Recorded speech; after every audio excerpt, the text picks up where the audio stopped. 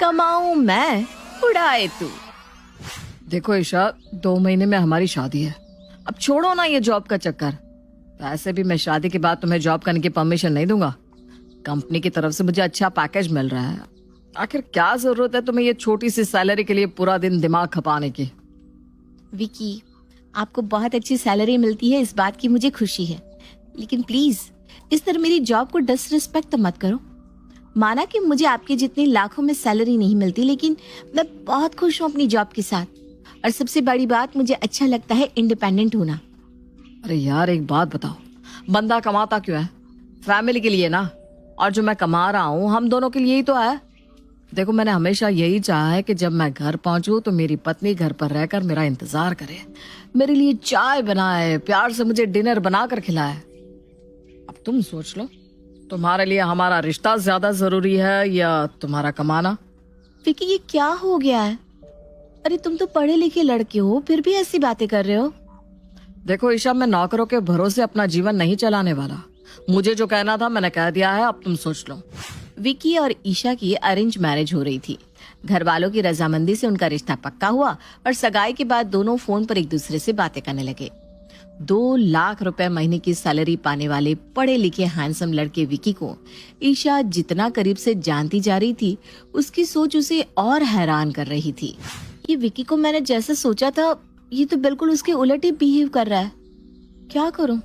अगर मैंने कहा कि मैं जॉब नहीं छोड़ूंगी तो ये नाराज हो जाएंगे। सगाई हो चुकी है, शादी के कार्ड छप गए हैं। अगर इस समय रिश्ता टूटा तो परिवार की बहुत बदनामी होगी और सब रिश्ता टूटने का जिम्मेदार मुझे ही ठहराएंगे। अगले दिन शाम को, विकी, आज तुमने फोन नहीं किया? मैंने तुम्हें कल कुछ समझाया था। पहले ये बताओ, तुम्हें समझ में आया कि नहीं? हाँ बाबा, हाँ समझ में आ गया। मैं छोड़ दूंगी जॉब। अब तो खुश हो ना? देखो ईशा, अब शादी में कुछ ही समय बचा है। मैं चाहता हूँ ये समय तुम अपने लिए इस्तेमाल करो। शॉपिंग करो, शादी की तैयारियां करो, हमारे बारे में सोचो ना कि अपने उस फालतू जॉब के चक्कर में खप कर दिन खराब करो। ठीक कहते हो तुम। मैं आज ही रिजाइन कर दूंगी। तुम्हारी खुशी मेरे लिए सबसे ज्यादा इम्पोर्टेंट है। अरे यार, वो तो जॉब छोड़ने के लिए तैयार ही नहीं थी। जब मैंने रिश्ता तोड़ने की धमकी दी तब जाकर तैयार हुई। अरे भाई, ये लड़कियां नौकरी करने लगती है ना तो इनके नखरे 7वें आसमान पर पहुंच जाते हैं। अब तू सोच कर देख, ईशा ने जॉब छोड़ दी तो शादी के बाद वो फाइनेंशियली पूरी तरह से तुझ पर डिपेंडेंट हो गई। कम से कम बीवी का कंट्रोल तो तेरे हाथ में रहेगा। वो कब कहाँ क्या खर्च करती है तुझे तो पता रहेगा। मेरी बीवी को देख ले, जितना कमाती है सब अपने ऊपर उड़ा देती है, ऊपर से तेवर सो। मैं नौकरी करती हूँ तब तो मैं तुम्हारे बराबर हो गई। अरे घर के किसी भी काम में कोई इंटरेस्ट नहीं है उसे। पता नहीं किसने ये औरत आदमी की बराबरी का नारा दिया है। औरत आदमी के बराबर हो जाएगी तो बच्चे क्या हम पालेंगे? अपने दोस्त की बातों में आकर विकी ने ईशा को नौकरी छोड़ने पर मजबूर कर दिया था। धीरे धीरे समय बीतता है, विकी और ईशा की शादी हो जाती है। शादी के कुछ दिन बाद, सुनिए ना, मुझे कुछ पैसों की जरूरत है। अच्छा, क्या बात है, बताओ। कितने पैसे चाहिए तुम्हें और क्यों? मुझे अपने लिए कुछ लेना था। अरे भाई, वही तो मैं पूछ रहा हूँ, क्या लेना है ठीक से बताओ। बताए बिना आप पैसे नहीं दे सकते क्या? देखो ईशा, पैसे कोई पेड़ पर नहीं लगते कि तुमने फरमाइश की और मैंने तोड़कर तुम्हारे सामने नोट बिछा दिए। अरे भाई, क्या चाहिए, क्यों चाहिए, वाकई लेने की जरूरत है या नहीं, ये सब देखने की जिम्मेदारी भी तो मेरी है ना। आप मुझे पैसों के लिए ताना मार रहे हैं? मैं क्या आपको फिजूल खर्च करने वाली लड़की दिखाई देती हूँ? अरे नहीं बाबा, सीधी सी बात है। देखो, सीधा जवाब दे दो, क्या लेना है? शादी के समय में बस हैवी साड़ी ही लेकर आई हूँ। अब मुझसे रोज रोज घर में साड़ी नहीं पहनी जाती। मुझे अपने लिए थोड़े सूट लेना है। सूट कंफर्टेबल रहते हैं, काम भी आसानी से हो जाता है। अरे भाई, तो ये ज्ञान की बातें तुम्हें पहले पता नहीं थी क्या? शादी में सूट लेकर क्यों नहीं आई? अभी शादी में कितनी शॉपिंग की है और अब फिर से तुम्हें शॉपिंग करनी है? अरे तब लगता था कि साड़ी पहनने में बहुत मजा आएगा, नए नए स्टाइल की ब्लाउज कैरी करूंगी, लेकिन अब मेरी हिम्मत जवाब दे गई है। अच्छा ठीक है, मैं शाम को लेता आऊंगा। विकी, मेरे लिए सूट आप कैसे लेकर आओगे? मैं अपनी पसंद के ही कपड़े पहनना पसंद करती हूँ। आप मुझे पैसे दे दो, मैं ले आऊंगी। ईशा की बात का जवाब दिए बगैर विकी वहां से चला जाता है। शाम के समय विकी ईशा के लिए 2 सूट लेकर घर आता है। ये देखो मैं क्या ले आया तुम्हारे लिए सूट, अब तो खुश? विकी, ये तो बहुत ही डोमिनेटिंग बिहेवियर हुआ ना। तुमने मुझसे मेरी चॉइस तक पूछनी जरूरी नहीं समझी और खुद लाकर ये सूट यहाँ रख दिया। मैंने अपने लिए पहले ही ऑनलाइन सूट पसंद कर लिए थे, आपसे बस पैसे मांगे थे और मैं रेडीमेड सूट पहनती हूँ। ये कपड़ा लेकर सिलाने वाले सूट मुझे बिल्कुल पसंद नहीं है। अरे बेटा, जैसा उसे पसंद हो वैसा उसे ले लेने देना। तू क्यों बिना बात में अपने नाक बीच में घुसा रहा है? तू पैसे दे दे और अपनी जान छुड़ा। अरे मम्मा, आप इसकी साइड लेना बंद कर दो। पैसे थोड़ी समझदारी से खर्च करने पड़ते हैं। ईशा को विकी का बार बार पैसों के लिए उसे ताने देना बहुत तकलीफ दे रहा था। विकी, शादी से पहले तो आप कहते थे कि मेरे पास पैसे की कोई कमी नहीं, इसलिए तुम नौकरी छोड़ दो। और अब जब मैं नौकरी छोड़कर आपके ऊपर पूरी तरह से डिपेंड हो गई हूँ तो आप हर बात के लिए मुझे पैसों का ताना दे रहे हैं। अरे ऐसा क्या मांग लिया मैंने? अब मुझे जरूरत है तो क्या मैं अपने लिए 2 सूट भी नहीं खरीद सकती? और बात सिर्फ सूट की नहीं है, मेरी कोई अपनी जरूरतें भी तो हो सकती है। क्या मैं एक एक पैसा आपसे पूछकर खर्च करूंगी? मैंने तुम्हें खरीदने से मना कब किया? तुमने सूट खरीदने की इच्छा जताई तो तुम्हें लाकर दिए ना मैंने। फिर इसमें इतना मुंह बनाने वाली कौन सी बात हो गई? विकी कुछ भी सुनना या समझना नहीं चाहता था। कुछ दिन बाद, मैडम पार्सल है आपका, कैश ऑन डिलीवरी, लाइए 365 रुपए दीजिए। लेकिन मैंने तो कोई सामान नहीं मंगवाया। मैडम विकी शर्मा के नाम से पार्सल है, वो यहीं रहता है ना? माँ जी, कोई पार्सल आया है, उसे 365 रुपए देने हैं। मेरे पास तो पैसे नहीं है, अब मैं क्या करूं? अरे तू परेशान मत हो बेटा, रुक जा, मेरे पास कुछ पैसे हैं, मैं तुझे देती हूँ। ईशा अपनी सास से लेकर पैसे पार्सल वाले को देती है और पार्सल लेकर घर के अंदर आ जाती है। आज मुझे इतनी शर्मिंदगी का एहसास हो रहा है ना माँ जी, क्या बताऊं आपको। क्या फायदा है विकी का हर महीने लाखों रुपए कमाने का, अगर उसकी पत्नी को 100-200 के लिए भी किसी का मुंह देखना पड़े? क्या मेरी हैसियत अपने पास 1000-500 रुपए रखने की भी नहीं है? तेरी बात बिल्कुल सही है बेटा, और तेरा दर्द मैं बहुत अच्छी तरह समझती हूँ। ऐसा लग रहा है कि इतिहास खुद को दोहरा रहा है। विकी के पिताजी भी बिल्कुल ऐसे ही थे। मेरा पूरा जीवन बीत गया, लेकिन उन्होंने तनख्वाह तो क्या, कभी जेब खर्च के नाम पर चंद रुपए भी लाकर मेरे हाथ में नहीं रखे। अपनी छोटी सी छोटी जरूरत के लिए भी मैं हमेशा उनके आगे हाथ पसारती रही। कभी अपने मन का कुछ करने का मन होता तो याद आता मेरे पास तो फूटी कौड़ी भी नहीं है। और विकी के पापा से कहने का मतलब होता कि पहले 10 तरह के सवालों के जवाब दो, तब जाकर अपने लिए कुछ खरीदो।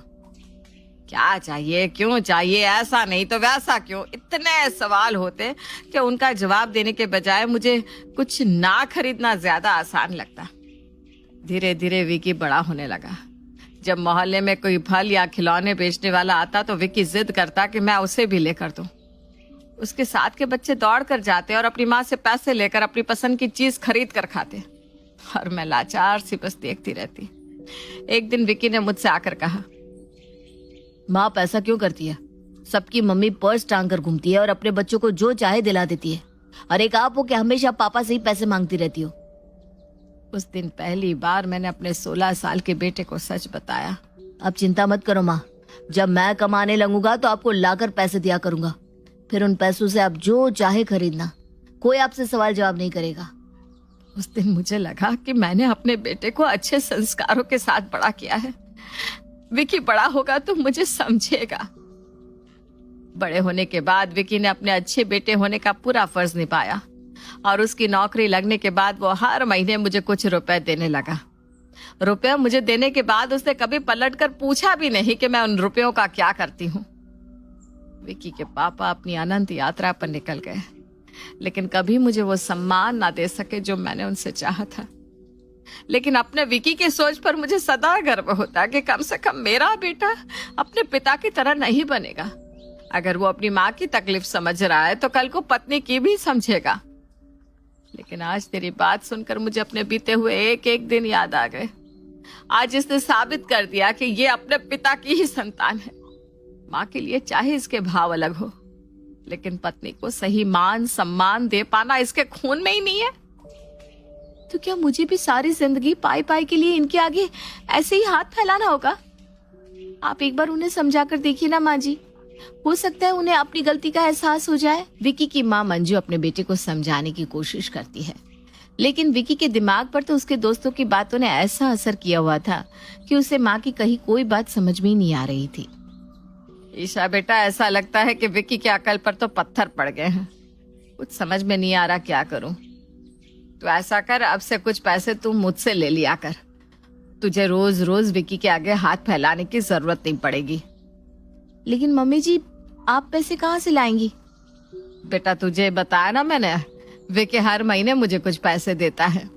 बुढ़ापे में मुझे तो पैसों की कोई खास जरूरत रहती नहीं, इसलिए अब से वो पैसे मैं तुझे दे दिया करूंगी। मुझसे ज्यादा तुझे उन पैसों की जरूरत है।